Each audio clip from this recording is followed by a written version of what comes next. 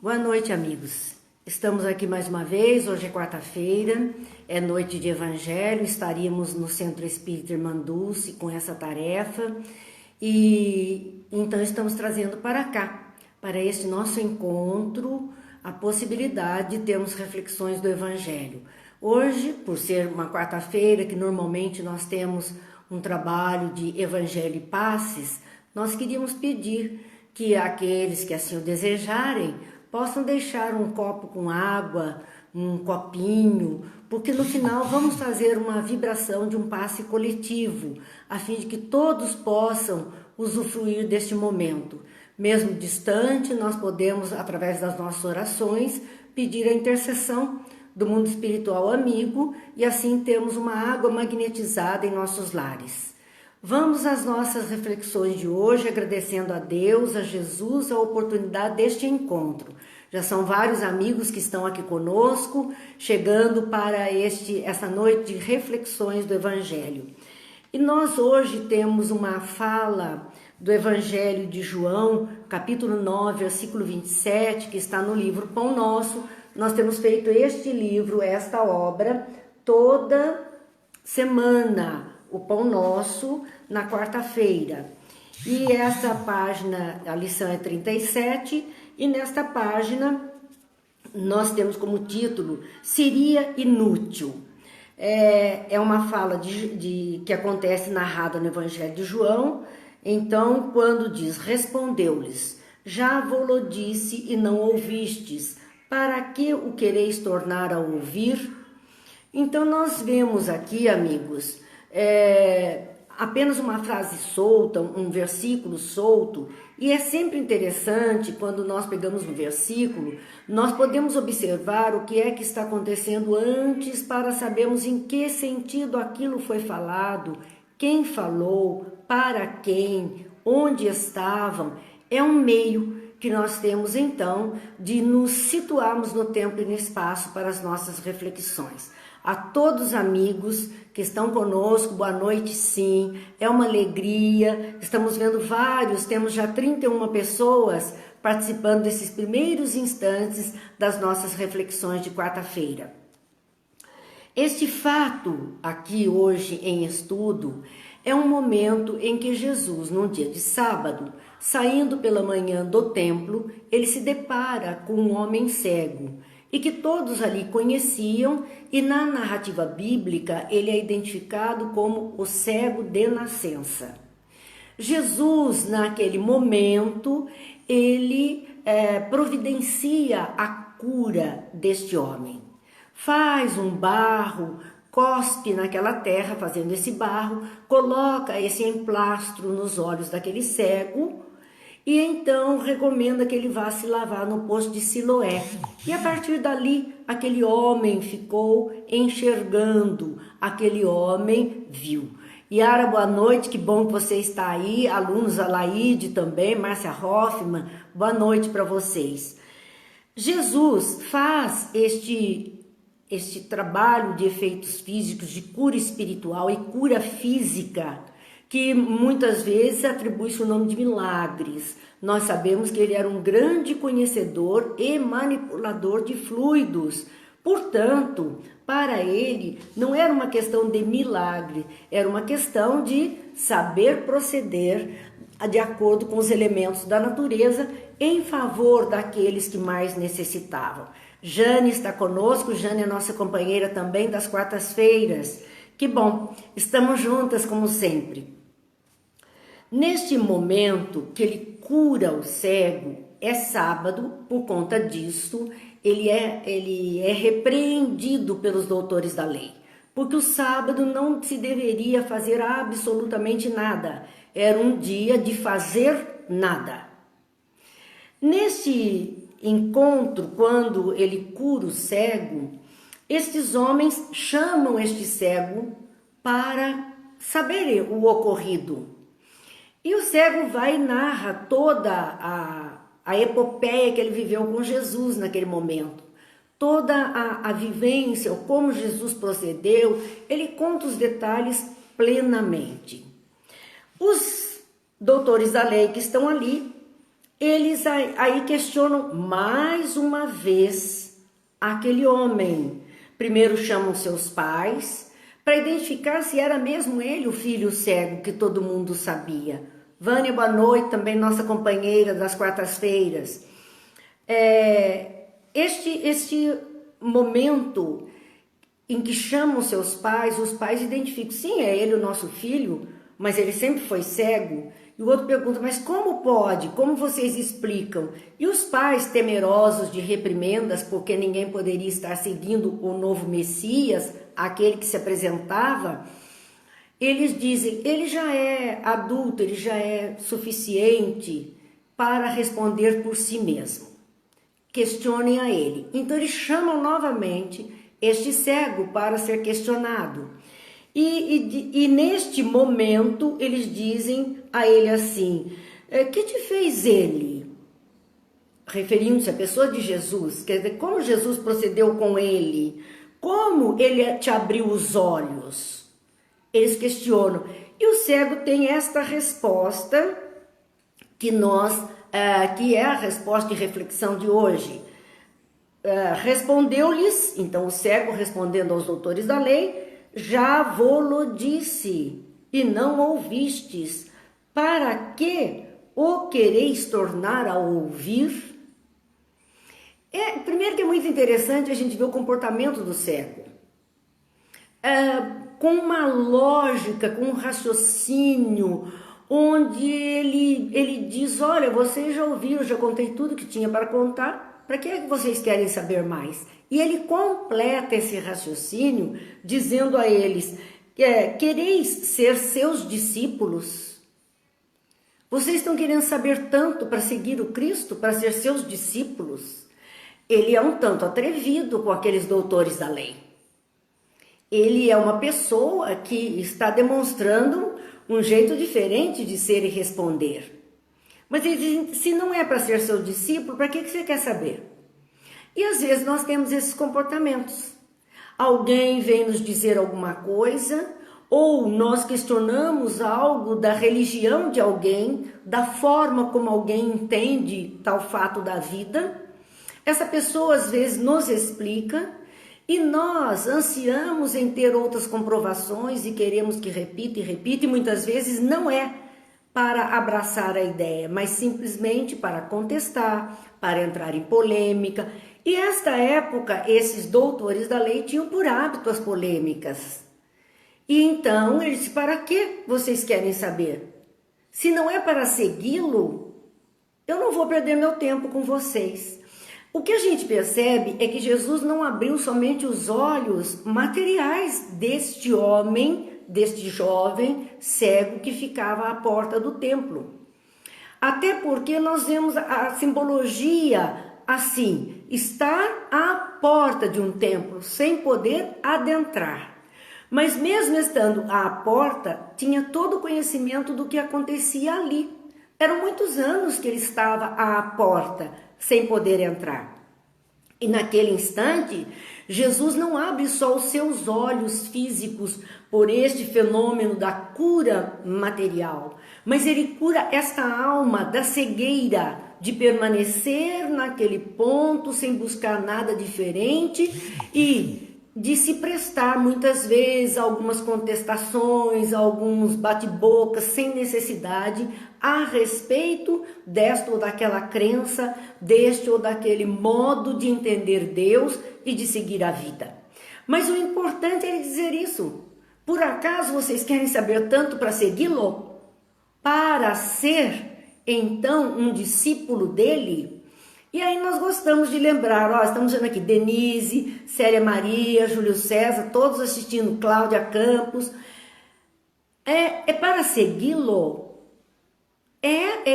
A pergunta, essa pergunta, para que você quer saber desse ou daquele fato? Você vai abraçar essa ideia ou você quer apenas polemizar? Nos dias atuais, o que nós mais vemos nas redes sociais são polêmicas por nada. Por alguma coisa tão insignificante, as pessoas polemizam, discutem, um diz e o outro desdiz, não levando a caminho nenhum. Agora, se é para seguir, Se é para querer entender verdadeiramente, aquele cego se proporia sim a contar com minúcias toda a experiência vivida. Então, nesta fala, seria inútil. Para que quereis tornar a ouvir? É perda de tempo. Ângela Sanches, nossa companheira das quartas-feiras, que bom, estamos juntas. Poliana Peloja.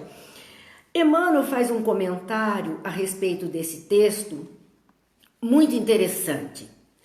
É muito frequente a preocupação de muitos religiosos no sentido de transformar os amigos compulsoriamente, conclamando-os às suas convicções particularistas. Na questão religiosa, no território da religião, da fé, da expressão da religiosidade humana, cada um de nós se adequa melhor a um determinado ambiente.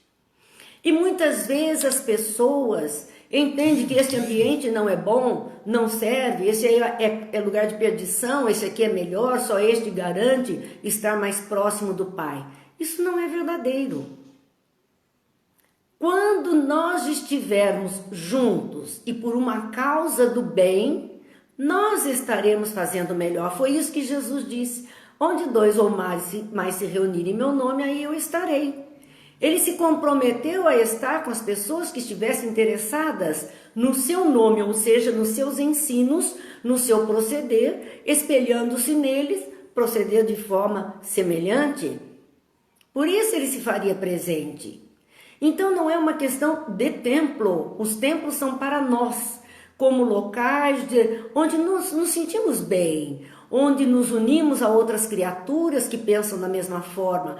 Mas é muito frequente a preocupação de religiosos em quererem transformar os amigos. Como se o amigo tivesse a obrigação de pensar como nós pensamos, de agir como nós agimos, para ser o nosso amigo. Se não for assim, será um inimigo. Não é esta a condição que Jesus nos chama. Então, não há que querer converter ninguém para a nossa verdade, para aquilo que entendemos como caminho reto, para aquilo que entendemos como o ponto ideal. Quase sempre essas pessoas se empenham em longas e fastidiosas discussões, cada um querendo mostrar mais, cada um querendo falar mais sobre a sua maneira de pensar, de ver a vida, de entender, de abraçar as ideias para nós cristãs, mas existem outros povos não cristãos, que não significa por isso que eles não são bons. Também são bons, também usam da fraternidade, da solidariedade, do amor ao próximo, do seu jeito de ser. Então não temos que entrar em discussões por conta de nossas crenças, de nossos conhecimentos. São nossos, nos pertencem. É o nosso patrimônio interior e nem por isso nós precisamos querer forçar as outras pessoas a serem, pensarem e agirem como nós somos, pensamos ou agimos. Nos perdemos em fastidiosas discussões, em contínuos jogos de palavras. E olha o que ele acrescenta: sem uma realização sadia ou edificante. Ficamos naquilo que chamamos de verborragia, falatório, blá blá blá, mimimi, conversa mole, perda de tempo. Por isso que aquele cego disse: eu não tenho tempo a perder com vocês. Vocês querem ser discípulo dele? Nós vamos conversar. E eu conto exatamente o que eu vivi. Mas se não querem, eu não vou perder tempo.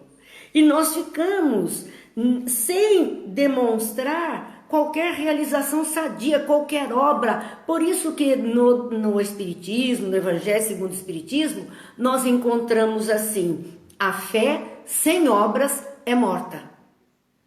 E fora da caridade não há salvação. A fé sem obras é morta, porque o testemunho da fé é a obra do bem. Já que nos dizemos cristãos, temos que testemunhar o Cristo e testemunhar na obra do bem.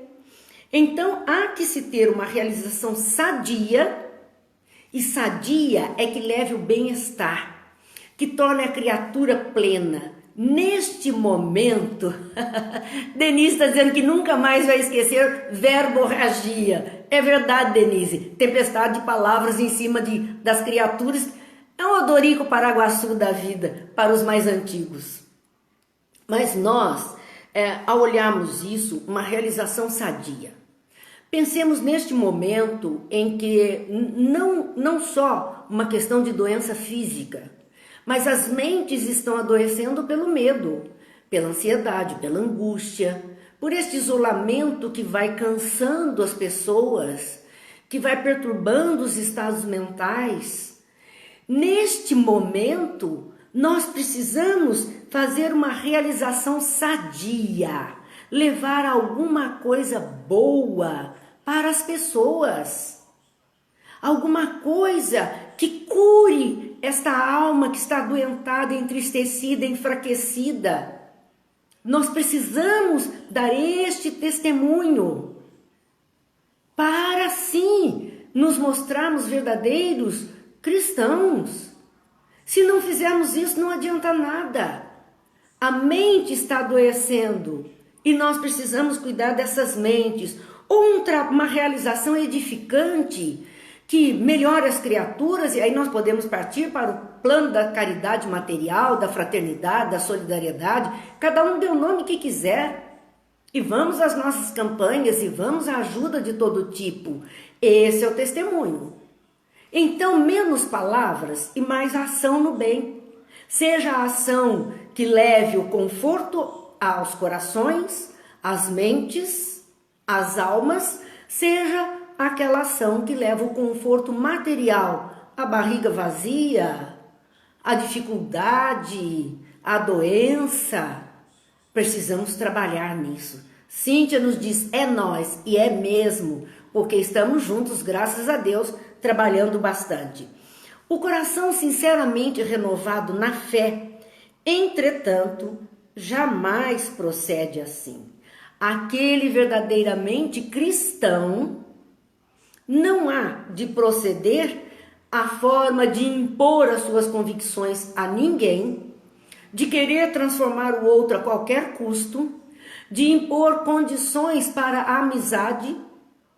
Os amigos são o que são, e se verdadeiramente gostamos deles, vamos aceitá-los como são.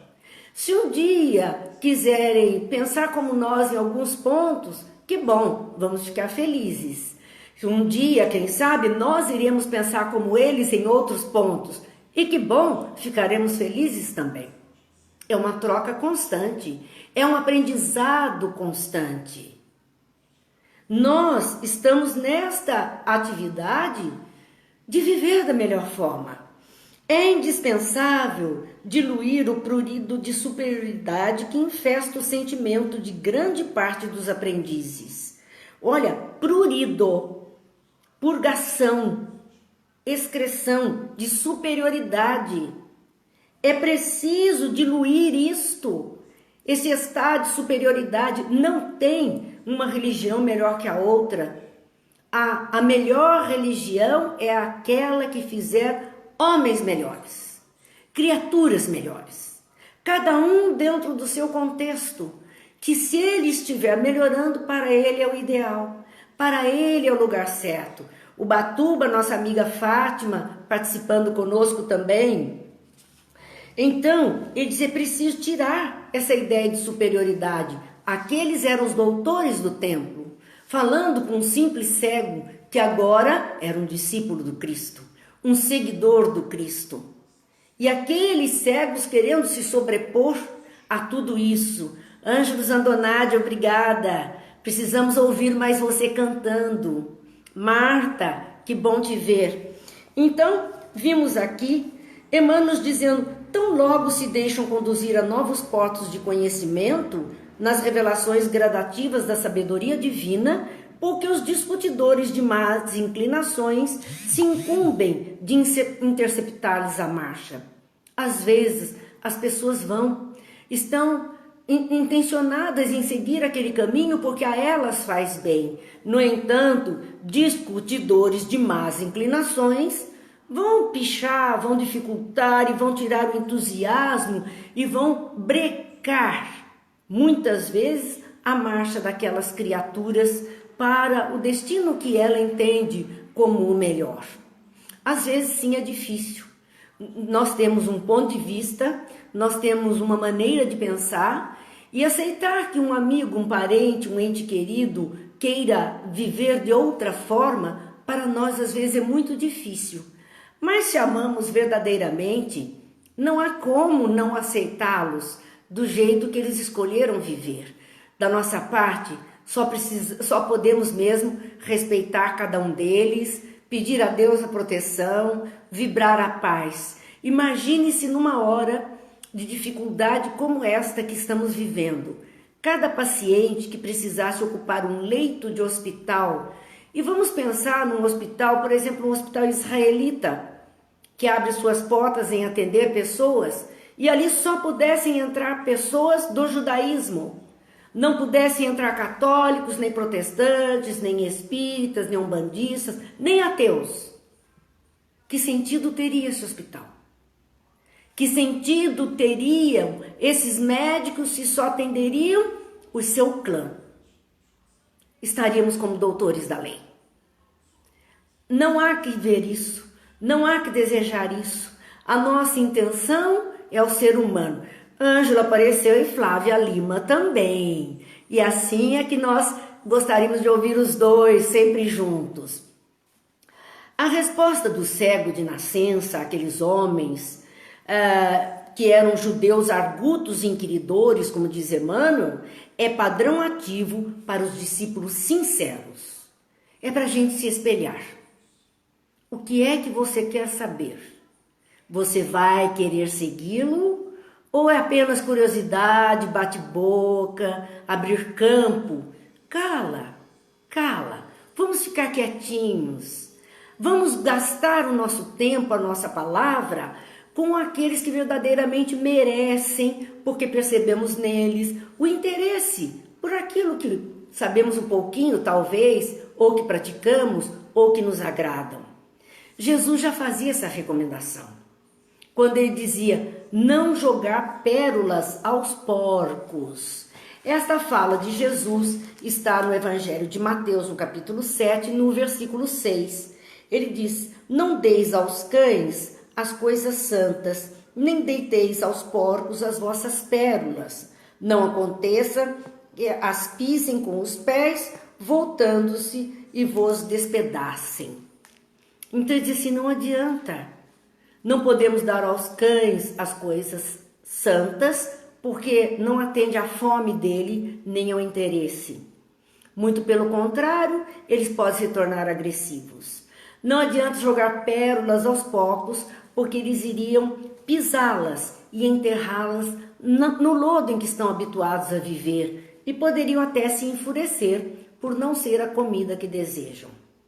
Em outro momento, Paulo, nas suas epístolas, diz que nós temos que dar, não adianta querer dar alimento sólido àquele que só consegue beber o leite. Dizendo, olha, ele ainda não tem condição para digerir o sólido.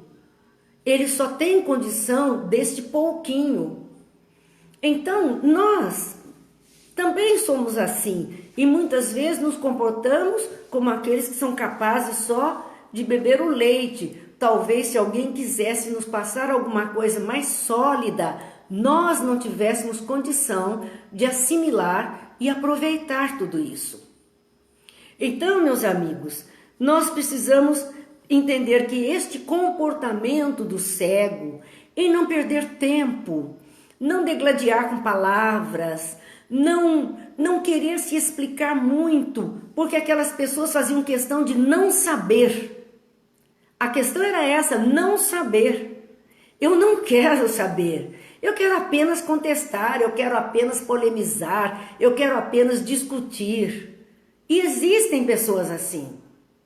Não percamos tempo, que a nossa palavra edifique, que a nossa palavra seja aquela que verdadeiramente leve alguma coisa boa para todo mundo.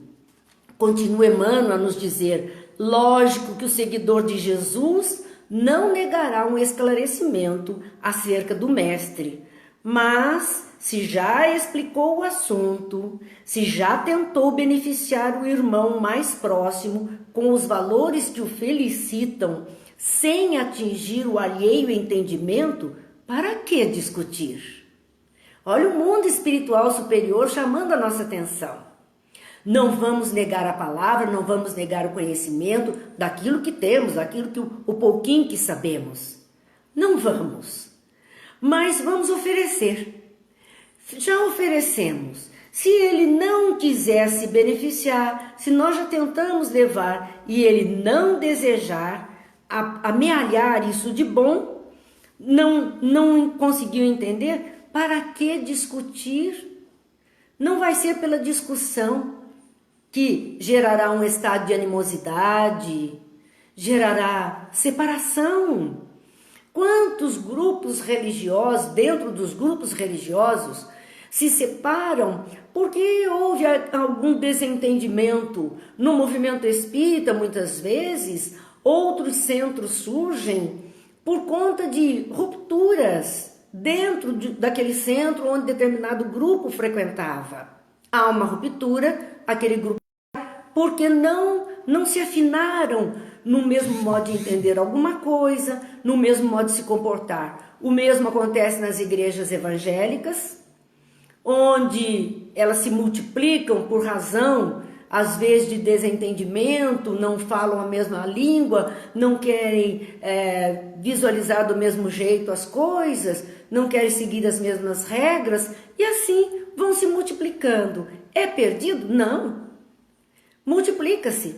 E cada um vai escolhendo aquilo que lhe convém, que lhe faz bem. Quando as pessoas me questionam a respeito de centro espírita, e eu digo, olha, vá a vários. Veja aquele que você se sente bem, aquele que você se simpatiza com as pessoas, com o ambiente, aquele que você se sente acolhido.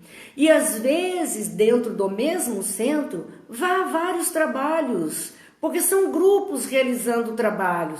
Às vezes, nós não nos adequamos a um tipo de trabalho ou a um grupo, não nos afinamos, é uma questão de afinidade. E vamos a outro grupo dentro da mesma casa e nos sentimos muito bem. Portanto, nós temos que procurar. Eu me recordo muito bem, até os 30 anos de idade, eu fui católica, praticante, assídua e muito séria. E me lembro bem que haviam determinadas missas ou determinados padres e frades que eu não gostava da forma como falavam do evangelho. Parece que a missa não tinha sentimento, era uma coisa muito mecânica, isso não me agradava. Então, eu escolhia outro que tinha lá um discurso mais envolvente, onde havia mais emoção, havia mais naturalidade, onde a missa transcorria num clima de fraternidade, de companheirismo. Isso me agradava muito. Assim, cada um de nós vai procurando o que lhe agrada, o que lhe conforta, o que vem somar com seus interesses para poderem exercer da melhor forma possível as boas falas de Jesus em atitudes de mais amorosidade. A Adriana está aqui toda felizinha. Adriana Pedrosa, boa noite. Então nós vemos essa recomendação. Para que discutir? Se o homem ouviu a verdade e não a compreendeu, fornece evidentes sinais de paralisia espiritual. Olha o que Emmanuel diz. Aquele que ouve a verdade e não consegue compreender tem paralisia espiritual. É como se aquele espírito está parado naquele ponto evolutivo. Não consegue ir adiante. Às vezes não é má vontade. A pessoa não consegue entender, não consegue perceber.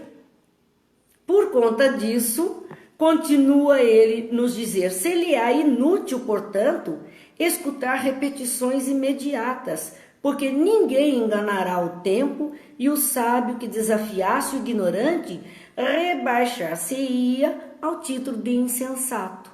Ficar discutindo com quem não consegue compreender não adianta, não leva a nada. Foi a atitude daquele cego. Era mais interessante para aquele cego de nascença acompanhar Jesus na sua trajetória, acompanhar Jesus na tarefa. Laide, professora Laide, hein? Que bom escutar a senhora. Eu fico feliz, Laide, você sabe disso. Os alunos são todos muito bem-vindos. A gente tem muito carinho por vocês. Lucas, toda noite conosco. Continuando nestas reflexões, a gente faz essas pausas, porque a gente está muito habituado a falar com o pessoal amigo assim. E aqui nós estamos nos sentindo junto de vocês, do jeitinho que nós somos mesmos. Então diz, não percas, pois, as tuas horas através de elucidações minuciosas e repetidas para quem não as pode entender. Podemos ajudar, sim, mas perder muito tempo malhando em ferro frio não vai adiantar.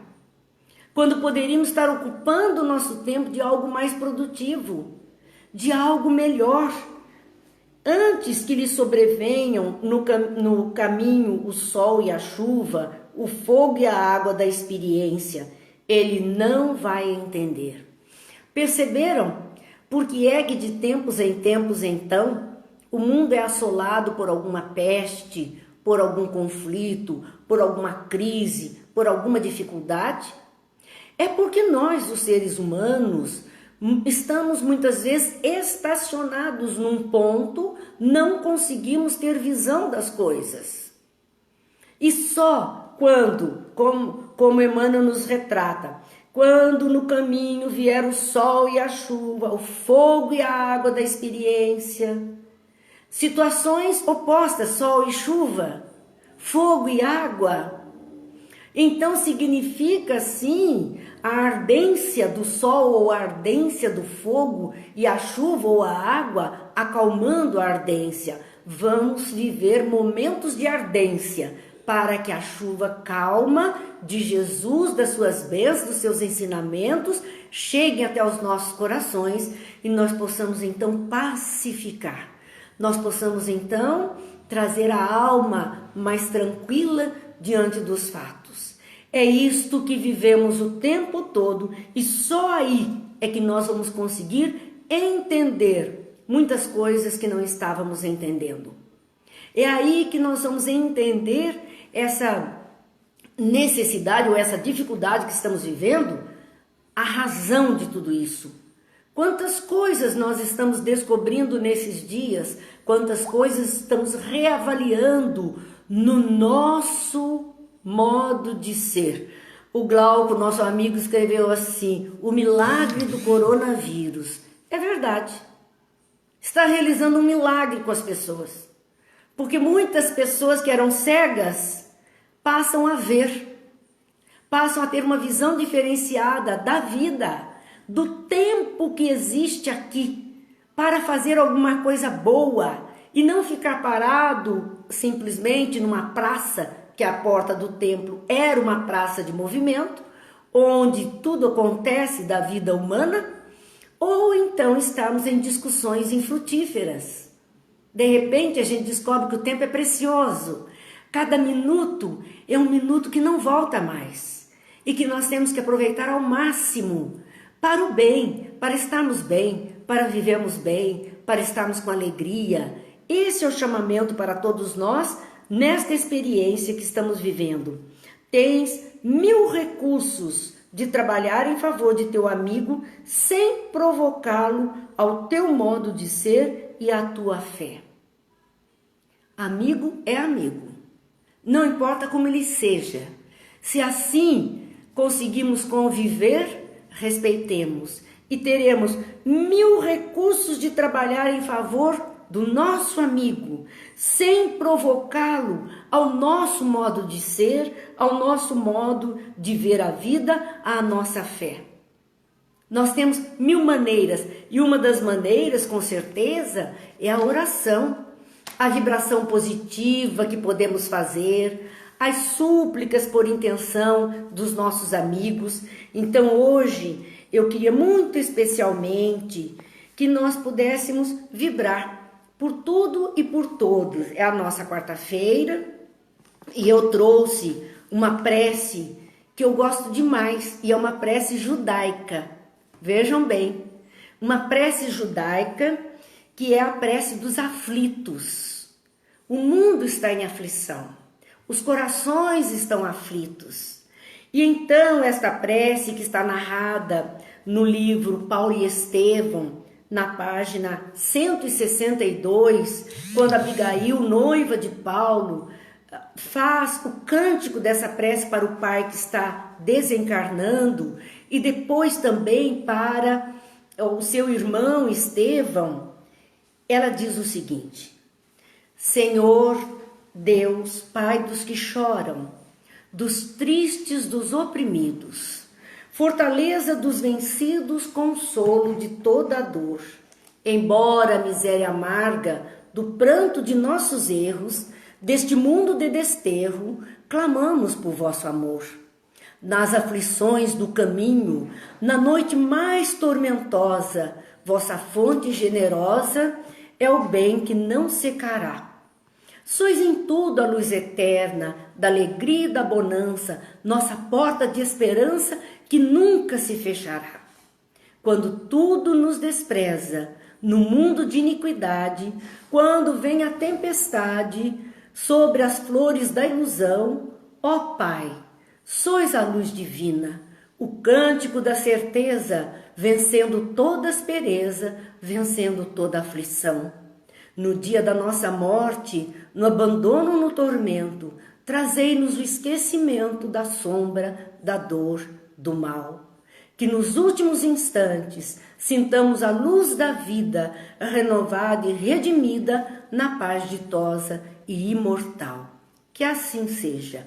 Vamos então, como eu disse no começo, fazermos aquilo que nós chamamos de um passe coletivo.